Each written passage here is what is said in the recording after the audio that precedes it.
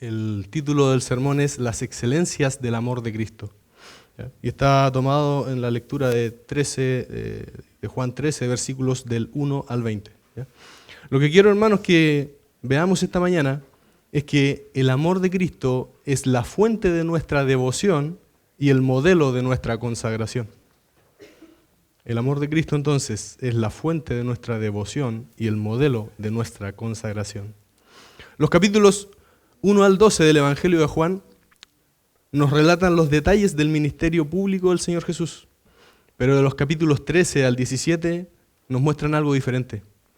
Es la enseñanza íntima del Señor Jesús a sus discípulos, precisamente la noche en que el Señor fue entregado. Nos gusta ir ahí porque encontramos muchas cosas íntimas del Señor, podemos mirarlo más de cerca. Y luego cuando Judas sale del aposento en el capítulo 13, versículo 31, parece que pudiéramos escuchar de fondo el Salmo 25, 14. La comunión íntima de Jehová es con los que le temen, y a ellos hará conocer su pacto. En estos capítulos, hermanos, el cristiano fatigado puede encontrar descanso. El discípulo atribulado puede extraer gozo y paz. El servidor de Jesucristo que se encuentra en el horno de la aflicción puede obtener ánimo. Allí los de poco ánimo también pueden encontrar fuerza para el servicio, y los corazones enfriados pueden volver a arder contemplando la majestad de aquel que, habiendo amado a los suyos, los amó hasta el fin. Son las lecciones que el Señor quiso dejar a sus discípulos en su hora más oscura, pero en esta noche triste resplandecen los rayos de un amor inexplicable. Con cuánta razón el apóstol Juan escribe: la luz en las tinieblas resplandece, y las tinieblas no prevalecieron contra ella. En el capítulo 13, de los versículos 1 al 20, entonces vemos cómo el Señor lava los pies de sus discípulos. Y ellos no pueden sino quedar postrados en sus corazones al ver con sus propios ojos la grandeza de la humillación de Cristo. El Señor, con su amor, aplastó el orgullo que les estorbaba ver las riquezas de su bondad y preparó el corazón de los discípulos para recibir lecciones imprescindibles para continuar la obra que el Señor había comenzado en ellos. La escena, hermanos, que abarca los versículos 1 al 20 es una unidad, en donde podemos ver el ejemplo de servicio del Señor Jesús y su correspondiente mandato a imitarlo. El amor sacrificial de Cristo es la trama en que se teje toda esta enseñanza. Los versículos son una especie de prólogo para el resto del libro. Encontramos acá entonces en el corazón del Evangelio de Juan una muestra maravillosa del corazón de Cristo. Un corazón que rebosa de amor por los suyos, pero que también puede amar sirviendo aún al hombre que lo habría de traicionar.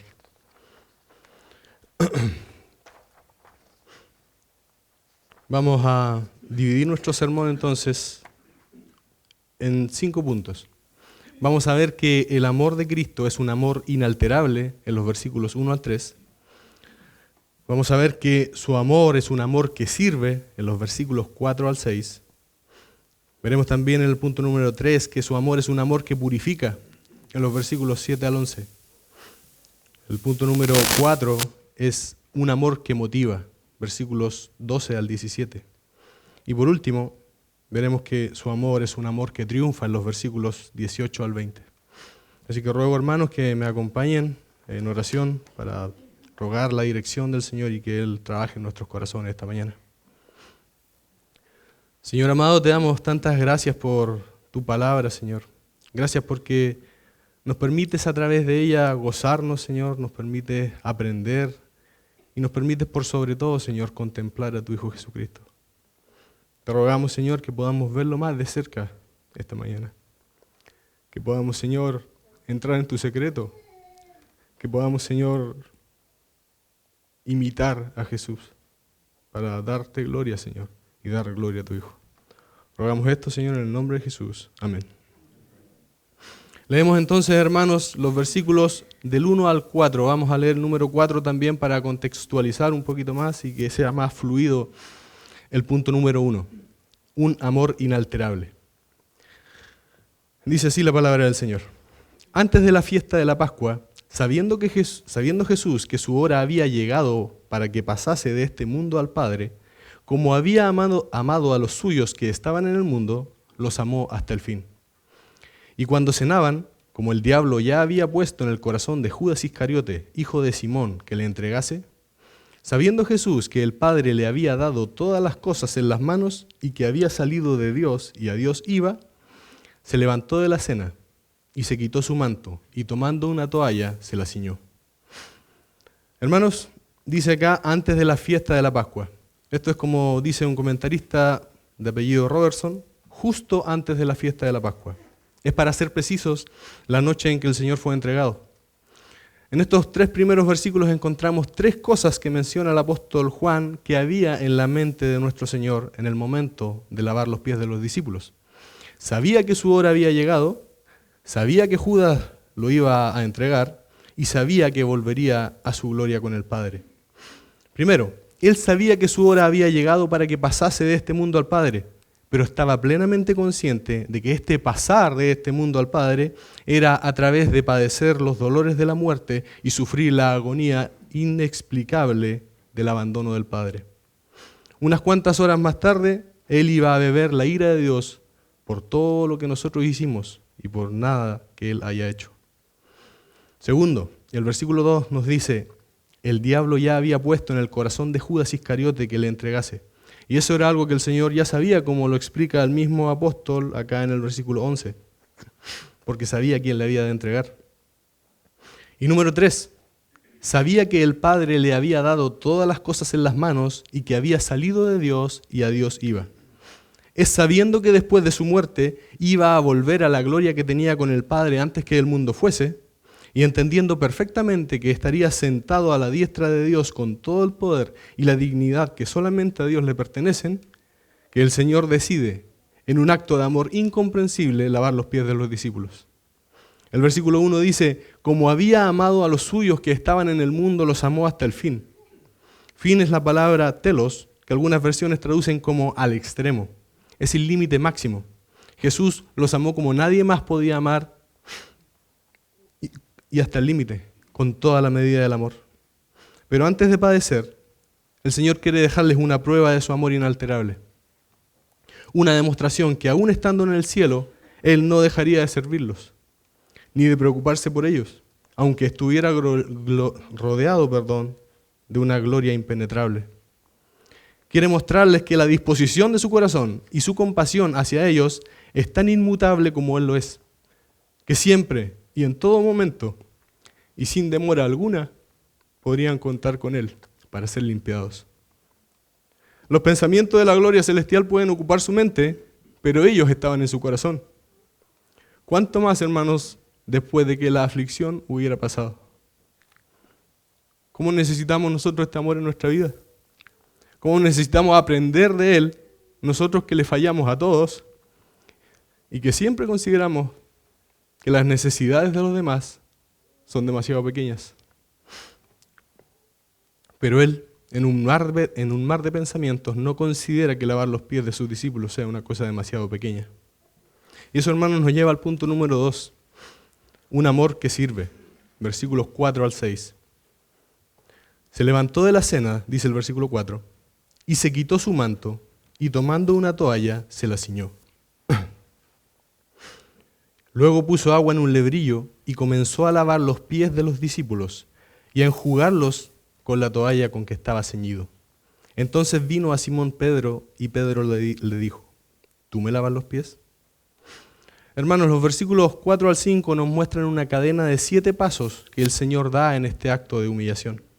Una tras otra se suceden para impactar al oyente. En el texto original, la mayoría de los tiempos verbales acá están en presente.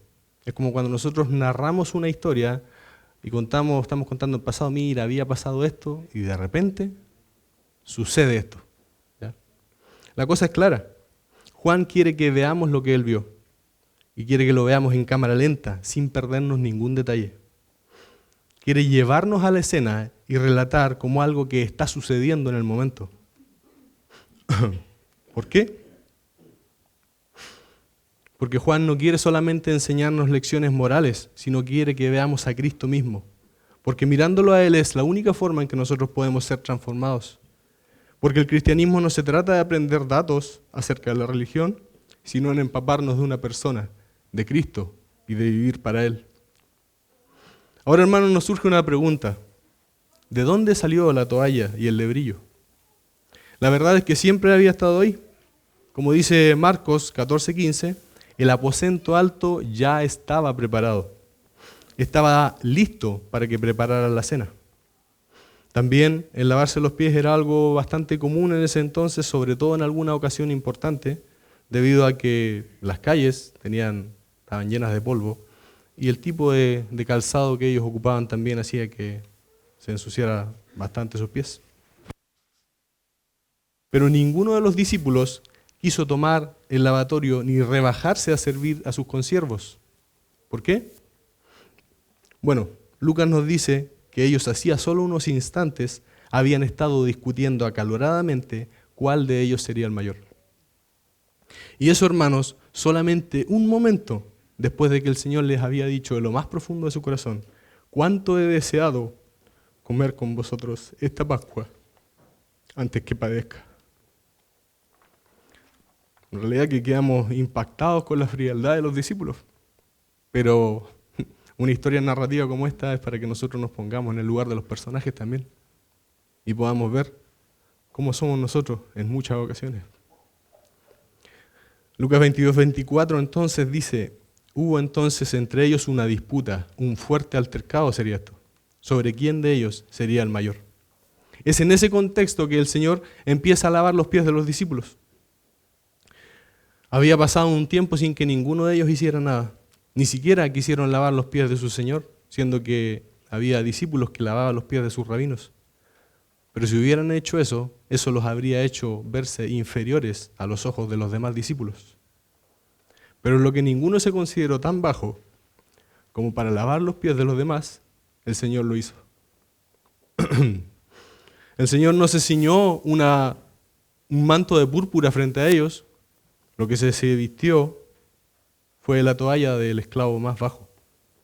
Un comentario judío del Éxodo menciona que lavar los pies era una tarea tan humillante que no debía ser realizada por esclavos judíos, sino solamente por esclavos extranjeros. Era la tarea del esclavo de más bajo rango en una casa. Por eso Pedro, lleno de asombro, le pregunta al Señor: ¿tú me lavas los pies? Como diciendo: Señor, tú siendo quien eres, ¿me lavas los pies a mí? Y es que en ese contexto, hermanos, es imposible que alguien superior lavara los pies de un inferior. No es normal, no es lo lógico a los ojos del mundo que el mayor sirva al menor.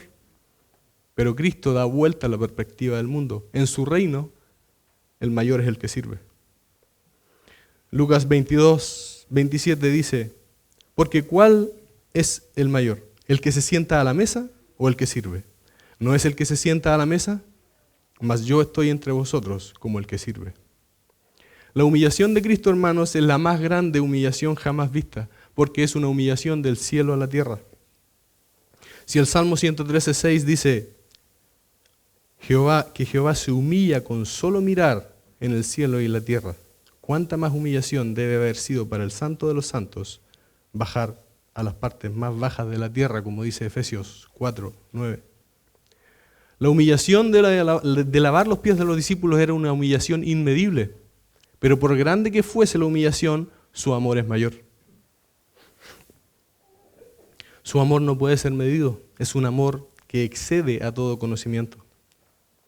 En las Escrituras nosotros encontramos tipos o vislumbres de su obra redentora. Cuando vemos el Pentateuco, vemos a Moisés, ¿cierto?, el mediador del antiguo pacto, pero no lo vemos liberando al pueblo desde el trono en Egipto, sino que lo vemos en la humilde condición de un pastor de ovejas. También el sumo sacerdote del antiguo pacto, cuando ofrecía sacrificios en el día de la expiación, se desprendía de sus ropas espléndidas y ofrecía, ¿cierto?, todo su servicio vestido de lino, igual que sus demás hermanos los levitas. Podemos ver que todos estos son tipos y sombras que no alcanzan a mostrar la grandeza de la humillación del verdadero antitipo, de Cristo, el Rey de Gloria. Solamente Él se humilló hasta lo sumo. Pensemos que la misma mano que sostiene el cetro universal es la que por amor se sostuvo de los clavos en la cruz. Y esas mismas manos en las que Dios había puesto todas las cosas, como vimos en el versículo 3, son las manos que lavaron los pies de los discípulos. Según la tradición de la iglesia, Clemente decía que Pedro lloraba arrodillado cada vez que escuchaba cantar un gallo. Su reacción no debe haber sido menor al mirarse los pies. Esos pies que alguna vez lavaron las manos del Dios del cielo, del unigénito del Padre. En Cristo aprendemos, hermanos, que ningún precio es demasiado alto cuando se ama. Ningún precio es demasiado alto cuando se ama. Él no dio lo que tenía para salvarnos. Él se dio a sí mismo. Sus labios dijeron lo que nosotros nunca habríamos creído si Él mismo no lo hubiera demostrado. Que el Hijo del Hombre no vino para ser servido, sino para servir y dar su vida en rescate por muchos. Y eso, hermanos, nos lleva a nuestro tercer punto, un amor que purifica. Vamos a leer ahí entonces de los versículos 7 al 11. Respondió Jesús y dijo, lo que yo hago, tú no lo comprendes ahora, mas lo entenderás después. Pedro le dijo, no me lavarás los pies jamás. Jesús le respondió, si no te lavaré, no tendrás parte conmigo. Le dijo Simón Pedro, Señor, no solo mis pies, sino también las manos y la cabeza. Jesús le dijo, el que está lavado no necesita sino lavarse los pies, pues está todo limpio. Y vosotros limpios estáis, aunque no todos, porque sabía quién le habría de entregar. Por eso dijo, no estáis limpios todos. A Pedro, hermanos, no le bastó la respuesta del Señor. No le bastó la respuesta diciendo que lo entendería después. Él simplemente se negó. Se negó como diciendo, si yo no lavé los pies de otros, tú menos lavarás los míos. Usa una doble negación. Es como decir, no, de ninguna manera me lavarás los pies jamás. Pero el Señor le responde, si no te lavaré, no tendrás parte conmigo. Hermanos, lo que Pedro no entendió en ese momento lo iba a entender después. Ese lavamiento era un símbolo del lavamiento de nuestros pecados que Jesús realizaría más tarde, no con agua, sino con su propia sangre. La humillación al lavar los pies de ellos representaba una humillación aún mayor, a la que nuestro Señor estaba dispuesto por amor. El Señor ya había descendido del cielo, ya se había hecho siervo de los hombres, pero ahora se haría oprobio de los hombres y objeto de la ira de Dios. A través de lavar sus pies, Cristo estaba preparando a los suyos para que interpretaran la cruz correctamente. Porque si ellos no podían ver en el servicio humilde de Cristo la grandeza de un amor que se humilla, ¿cómo podrían ver en su muerte el triunfo del amor y de la justicia de Dios? El lavamiento de los pies entonces era también para ellos un símbolo para mostrar la disposición inmutable de Jesús de limpiar y perdonar a cualquiera que viniera a Él para ser lavado de sus pecados. Pero a la vez es un recordatorio de que quienes rehúsen ser lavados de sus pecados por Cristo no pueden tener parte con Él. Sin excepción alguna, todos los que son de Cristo deben ser limpiados por Cristo. En Cristo, hermanos, la gracia reina por la justicia, no por la permisividad del pecado. Les dijo Jesús, versículo 10, el que está lavado no necesita sino lavarse los pies, pues está todo limpio. Y vosotros limpios estáis, aunque no todos. En este versículo, lavado es una palabra distinta de lavarse. El lavado que acá se menciona es un lavado de cuerpo entero, como cuando alguien se baña. De hecho, algunas versiones traducen bañado. Y tiene el sentido de quitar las impurezas. Pero la palabra lavarse indica simplemente lavar. Es un lavado parcial. En este caso, solamente de los pies. Es evidente que el que se ha bañado, ¿cierto?, para entrar en una casa no necesita bañarse de nuevo. Simplemente, según el contexto acá, se lavaba los pies. Y así también era con los sacerdotes que ministraban en el tabernáculo. Levíticos 8 a nosotros nos dice que en la consagración para el servicio en el tabernáculo, los sacerdotes eran lavados de cuerpo entero una sola vez. Y después de eso, debían lavarse las manos y los pies cada vez que ministraran en la fuente de bronce que estaba entre el altar y el lugar santo. Los sacerdotes eran lavados y rociados externamente con agua y con sangre. El agua los limpiaba y la sangre los cubría. Pero la sangre aplicada exteriormente no podía limpiar sus conciencias, como menciona el autor de Hebreos. Pero ahora, hermanos, cuando Cristo dice a los suyos que están limpios, Él lo hace sobre la base de su sacrificio en la cruz. Así es que el autor de Hebreos, por ejemplo, recurre a la purificación de los sacerdotes para mostrar la superioridad de la purificación realizada por Cristo. Acompáñenme, por favor, un momento a Hebreos 10:22.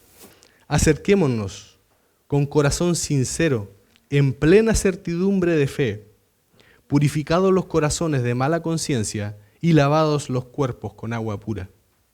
La palabra purificados, ahí donde dice purificados los corazones, es la palabra rantizo y significa rociar, como el rociamiento que se hacía sobre los sacerdotes. La diferencia superlativa, hermanos, es que la sangre de los sacrificios solo podía purificar externamente, pero la sangre de Cristo alcanza el corazón. Es por la fe en su sangre que son purificados nuestros corazones. El mismo apóstol Juan, que escribió este evangelio, en Apocalipsis 1:5 dice, hablando acerca del Señor Jesús, al que nos amó y nos lavó de nuestros pecados con su sangre, y nos hizo reyes y sacerdotes para Dios, su Padre. A Él sea la gloria y el imperio por los siglos de los siglos. Amén. Dice, al que nos lavó de nuestros pecados. Y el mismo apóstol Juan, en 1 Juan 1:17 dice lo siguiente, pero si andamos en luz, como Él está en luz, tenemos comunión unos con otros, y la sangre de Jesucristo, su Hijo, nos limpia de todo pecado. Es decir, nos lavó de nuestro pecado y nos limpia de nuestros pecados. El lavado de los pies entonces implica al menos 2 lavamientos. Un lavamiento total, único e irrepetible en la regeneración, y lavamientos parciales posteriores, simbolizados por el lavamiento de pies. Lo que sucede cuando confesamos nuestros pecados, cuando vamos a Cristo a confesar nuestros pecados y nos apartamos de la impiedad. Porque 1 Juan 1:9 dice lo siguiente, si confesamos nuestros pecados, Él es fiel y justo para perdonar nuestros pecados y limpiarnos de toda maldad. Hermanos, Cristo no solamente nos limpió del pecado en la conversión, sino que nos limpia del pecado todo el tiempo de nuestra peregrinación. Porque Él es nuestro sumo sacerdote, quien aún estando en la gloria, continúa sirviendo a los suyos. Porque así como al ascender al cielo el Señor no se despojó de su naturaleza humana, Él tampoco se despojó de sus afectos. Jesucristo es el mismo, ayer, hoy y por los siglos. Él intercede por los suyos ante el Padre. Él presenta las oraciones de los suyos como un incienso fragante ante el Padre. Él suministra toda bendición espiritual a su iglesia. Y Él es su cabeza que la guía desde el cielo. Hermanos, ¿esto no nos asombra? ¿No nos duele el corazón al ver nuestra frialdad y nuestra falta de amor? ¿Cómo es posible que podamos ver que Cristo, estando en su gloria, Él continúa sirviendo a los suyos y a nosotros, hermanos, que somos siervos, nos cuesta tanto trabajo servir? Pero al mismo tiempo nos arde nuestro corazón de gozo cuando contemplamos la gloria y la excelencia de un Salvador así. Su amor es lo que nos motiva a amarlo. Su ejemplo es el que despierta nuestro amor por Él. Como dijo Bernardo de Claraval, cuanto más vil se hizo por mí, más amado será para mí. Imagínense, hermanos, lo que sucedió cuando Pedro, después de haber negado a su Señor, entendió que estaba limpio. Que Jesús mismo le había dicho, probablemente mirándolo a los ojos, el que está lavado no necesita sino lavarse los pies, pues está todo limpio. Y vosotros limpios estáis, aunque no todos. Y eso, hermano, nos lleva al siguiente punto, donde encontramos la aplicación de la enseñanza del lavado de los pies. Ya vimos su explicación, ahora vamos a ver su aplicación. Entramos entonces en nuestro punto número 4, un amor que motiva. Dice así la palabra del Señor en los versículos 12 al 17. Así que después que les hubo lavado los pies, tomó su manto, volvió a la mesa y les dijo, ¿sabéis lo que os he hecho? Vosotros me llamáis Maestro y Señor, y decís bien, porque lo soy. Pues si yo, el Señor y el Maestro, he lavado vuestros pies, vosotros también debéis lavaros los pies los unos a los otros. Porque ejemplo os he dado, para que como yo os he hecho, vosotros también hagáis. De cierto os digo, el siervo no es mayor que su Señor, ni el enviado es mayor que el que le envió. Si sabéis estas cosas, bienaventurados seréis si las hiciereis.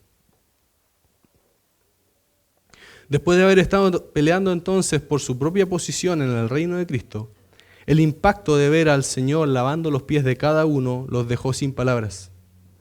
Ninguno se atrevió a preguntar nada. Su orgullo, hermanos, había sido aplastado de la forma más amorosa posible.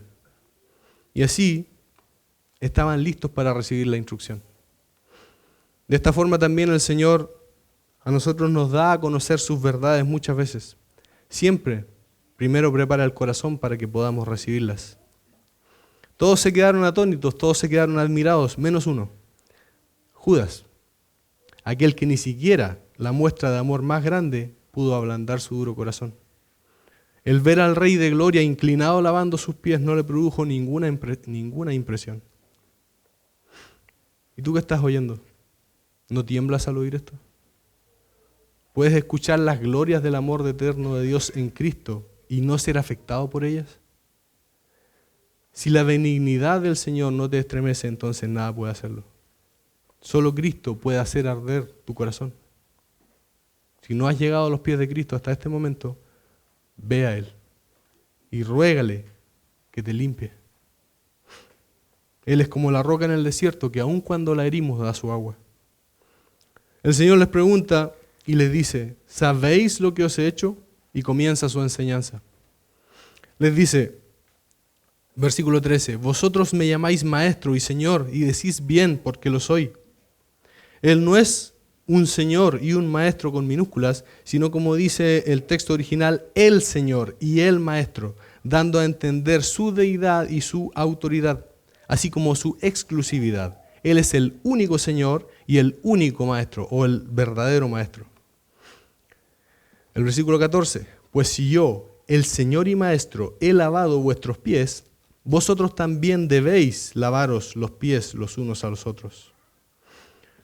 Note que el texto no dice podéis, sino debéis. Es lo que ordena el Señor. El que lo ordena es el Señor y nosotros somos sus siervos. No es un consejo entre iguales, es un mandato. Y rehusarse a hacerlo implica desobediencia y rebeldía. Así que debemos lavarnos los pies los unos a los otros, no importando dónde hayamos caminado. Rehusarnos a hacer lo que nuestro Señor hizo es pensar que somos más dignos que Él. Como dice John MacArthur en su comentario a Juan, ningún siervo se atreve a considerar que su tarea está por debajo de él cuando su maestro la ha realizado. Ahora, ¿qué es lo que nosotros podemos hacer? ¿En qué lo podemos imitar? ¿Podemos nosotros limpiar los pecados de nuestros hermanos? No. Pero podemos ayudarlos a mantenerse limpios por medio del consejo de las Escrituras. También podemos interceder por ellos en oración. Podemos servirlos por amor.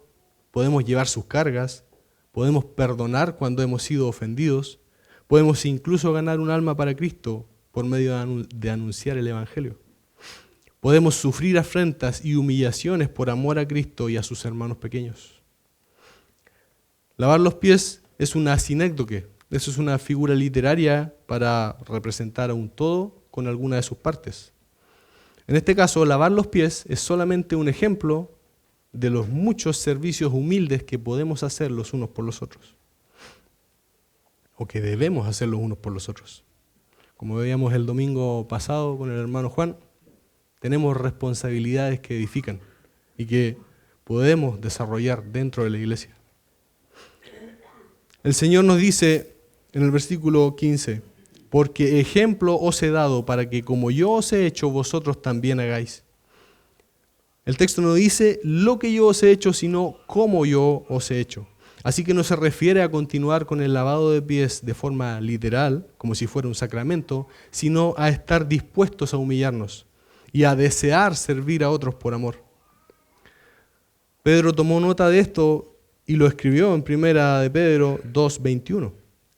Dice así, pues para esto fuisteis llamados, porque también Cristo padeció por nosotros, dejándonos ejemplo para que sigáis sus pisadas. Debemos seguir su ejemplo, hermanos, y aprender de él, que es manso y humilde de corazón. Eso es lo que Pablo dice en Filipenses 2 cuando dice, haya pues en vosotros este sentir que hubo también en Cristo Jesús, el cual siendo en forma de Dios, no estimó el ser igual a Dios como cosa a que aferrarse, sino que se despojó a sí mismo, tomando forma de siervo, hecho semejante a los hombres, y estando en la condición de hombre se humilló a sí mismo, haciéndose obediente hasta la muerte y muerte de cruz. Dios le exaltó hasta lo sumo porque Él se humilló hasta lo sumo. Y se humilló hasta lo sumo porque amó hasta lo sumo. Hermanos, tiene que haber en nosotros ese mismo sentir, los mismos afectos, la misma disposición y la misma actitud que hubo en Cristo. Como dijo un hermano, nuestra humillación no consiste en rebajarnos por debajo de la dignidad que Dios nos ha concedido, sino en pensar de nosotros mismos como lo que verdaderamente somos, siervos de Cristo y consiervos los unos de los otros. Nosotros no tenemos que bajar de nuestra gloria para venir a servir a nuestros hermanos. Simplemente debemos servirlos porque los amamos y porque amamos a Cristo profundamente y son amados por Cristo. No tenemos mayor motivación que imitarlo a Él y nunca somos más parecidos a Cristo que cuando intercedemos por otros. Nunca somos más parecidos a Cristo que cuando amamos a los hermanos y ponemos nuestras vidas en servicio de los otros. Es el amor de Cristo lo que nos constriñe, nos apremia, nos impulsa para vivir para este Señor. El Señor, hermanos, nos puso entre la espada y la pared. Él comprometió nuestra obediencia con su ejemplo glorioso y no nos manda a hacer nada que Él no haya hecho primero. ¿Y qué ardiente amor produce eso? El saber que aquel que tanto nos amó, que tanto sufrió, que tanto se humilló por nosotros, es aquel a quien Dios ha hecho Señor y Cristo. El gozo de nuestras almas es que hemos entrado en una relación viva con este Cristo. Fuimos llamados a ser conformados a su imagen. Y eso hace que seamos precisamente aborrecidos por el mundo. Juan 13:16 dice, de cierto os digo, el siervo no es mayor que su Señor, ni el enviado que el que le envió.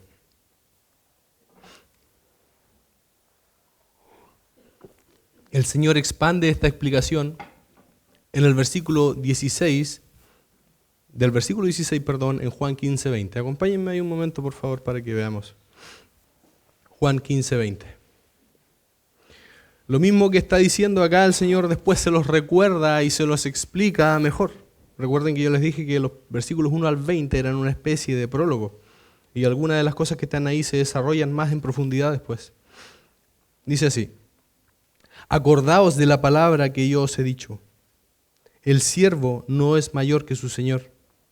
Si a mí me han perseguido, también a vosotros os perseguirán. Si han guardado mi palabra, también guardarán la vuestra. Es decir, no solo hermanos, no debemos esperar más honra que nuestro Señor, sino que debemos esperar el mismo trato por parte de los hombres. No solamente no debemos esperar más honra que Él, sino que debemos esperar los mismos tratos por parte de los hombres. Y bendito sea Dios, hermanos, que nosotros no vamos a padecer la ira de Dios por nuestros pecados, pero sí podemos padecer la ira de los hombres por causa de la justicia. No se nos manda a morir en la desesperanza y en el rechazo absoluto. Aunque el mundo nos rechace, Cristo claramente dice que algunos oirán. Y ese es su programa en esta edad, tomar de todas las naciones pueblo para su nombre.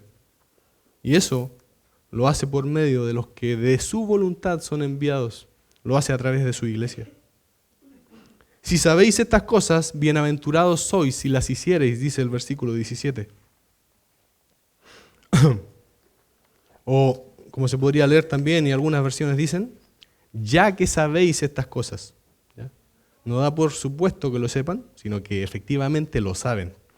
Bienaventurados seréis si las hiciereis. Y aquí tenemos más motivación aún para servir al Señor. Ser bienaventurados, hermanos, no es simplemente estar alegre o feliz, como traducen algunas versiones. Los hombres que caminan rumbo al infierno pueden estar felices momentáneamente, pero no son bienaventurados. Bienaventurado implica el gozo infinito de disfrutar del favor de Dios y la comunión con Él. Es lo contrario de desventurado. A lo mejor ahí nos ayuda a acordarnos un poco. Es lo contrario de desventurado. La bienaventuranza es el gozo que produce la participación del reino de Dios.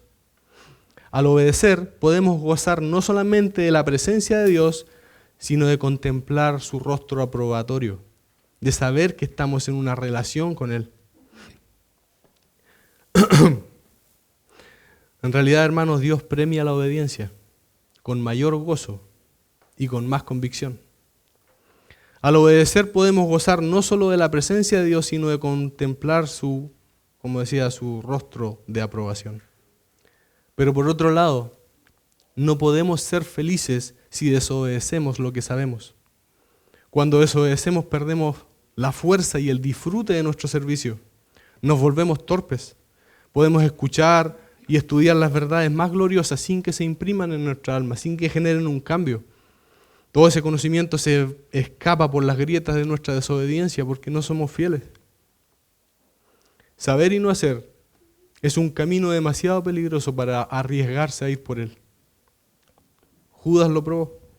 El camino de la hipocresía, de la incredulidad y del desprecio del amor en forma humana.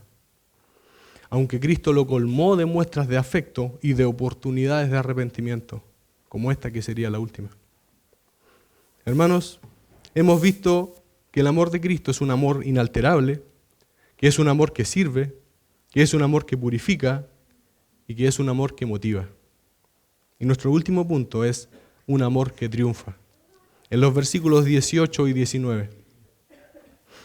No hablo de todos vosotros, dice el versículo 18.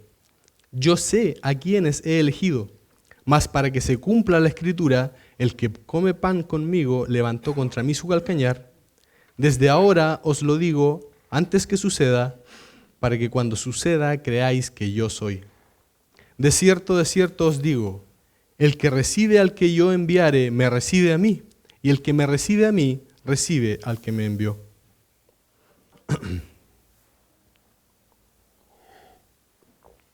El Señor, hermanos, anticipó la tradición de Judas para que ellos más adelante entendieran que Él es Dios, quien anuncia lo porvenir desde el principio, como dice el libro de Isaías.